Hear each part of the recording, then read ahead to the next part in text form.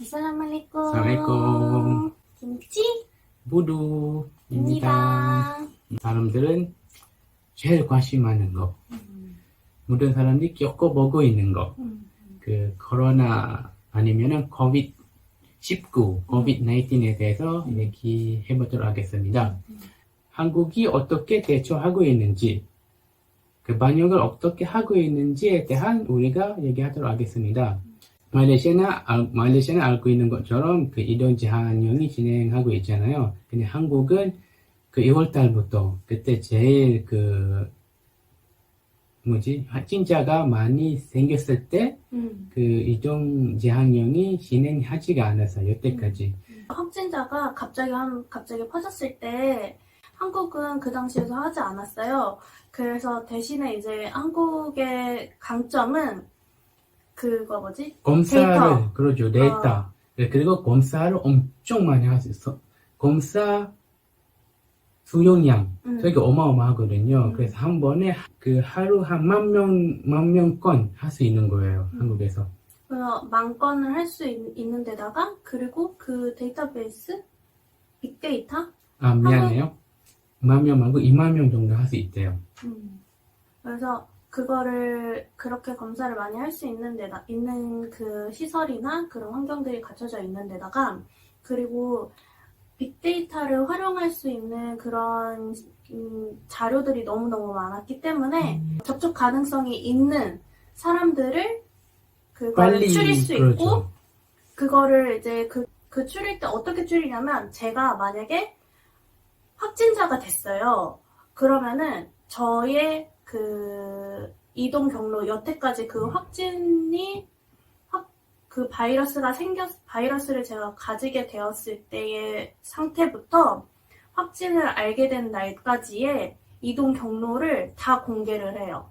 그래서 제가 만약에 해외에 갔다 온 이력이 있다, 거기서 바이러스를 가지게 된 것 같다라고 하면, 그날부터 그날 어디에 갔는지, 어디에서 뭘 먹었는지, 어떤 택시를 탔는지, 그런 경로를 다 공개해요. 그렇죠. 그게 제가 그거를 이야기하는 것도 있고, 까먹을 수도 있잖아요. 그러면은 그 카드 사용 내역으로 다 공개를 하고, 그리고 CCTV 그런 것까지 다 도입을 해가지고, 이 사람이 영화관 몇 번째 줄에 어디 자리에 앉았는지까지도 다 알 수 있어요. 그러면은 거기를 철저하게 소독하고 관리할 수 있고, 그 옆에 앉았던 사람이 있다, 그러면 이 사람도 의심 환자잖아요. 이 사람한테도 연락이 간 거죠. 연락이 가죠. 검사를 받을 수 있게끔.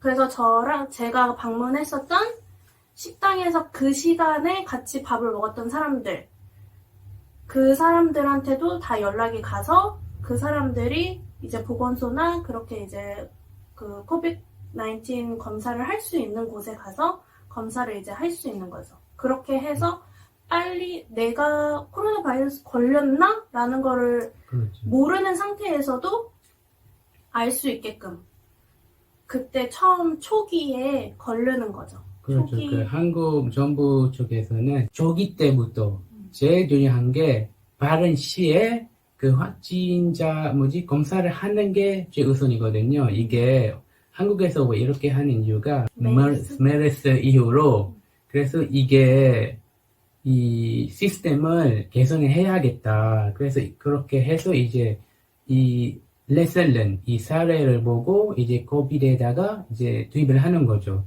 그래서 제 우선은 최대한 많이 검사를 하고 최대한 빨리 검사해야 하는 게 목표예요. 그래서 지금 한국은 하고 있는 게 검사를 많이 하는 거죠. 그리고 최대한 빨리 그 접촉자를 찾아내는 거죠. 감염 환자를 조기 발견하기 위해서 검사를 많이 하잖아요. 근데 그 검사를 그러면은 지금 40만 건 이상을 했는데, 50만 건이요. 거의 50만 건을 했는데, 그 사람들을 검사할 때 사실 이게 그 감염 위험이 있잖아요. 그래서 그거를 어떻게 하면 빨리, 그리고 감염 접촉을 최소로 해서 할 수 있을까 해서 고안한 방법이 드라이브 스루 검사 방식이거든요. 그래서 지금 이거를 한국에서 최초로 했다고 해요. 네. 그래서 드라이브 스루 검사 방식을 이용해서 그렇게 많이 검사를 할 수 있게 되었고, 그리고 만약에 차가 없는 사람들도 있잖아요. 그래서 그런 사람들은 박스 있잖아요. 폰부스, 그죠? 폰부스 거기서 이제 그 손으로만 이렇게 해가지고 네. 하는 방식을 채택을 했다고 해요. 그러죠. 임시 검사장 임시검사소? 엄청 많이 설치되어 있습니다. 그리고 한국에서 되게 빨리 결과를 알 수 있거든요. 정보를 지금 다 공개를 해요. 근데 이제 그 정부에서도 정보를 공개를 하는데 그거를 이제 효과적으로 공개를 하는 거에 있어서는 조금 부족할 수도 있잖아요. 그래서 우선 데이터베이스를 공개를 하기 때문에 그거를 이용해서 어플리케이션을 만든 사람들이 굉장히 많아요.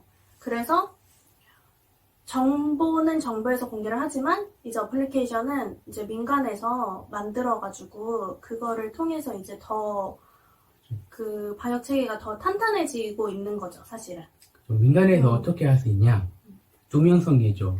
이 정보가 이미 공개가 돼서 이 정보를 수집을 할 수 있는 거죠. 그래서 민간 기업에서도 이제 이 상황에서 참여를 할 수 있는 거죠. 그래서 지금 저도 저희 동네에 확진자가 어디를 방문했는지 그런 거를 볼 수 있고, 그리고 지금 그런 것 중에 하나가 데이터베이스를 잘 이용하는 것 중에 하나가 마스크 구매를 지금 제한했어요, 정부에서.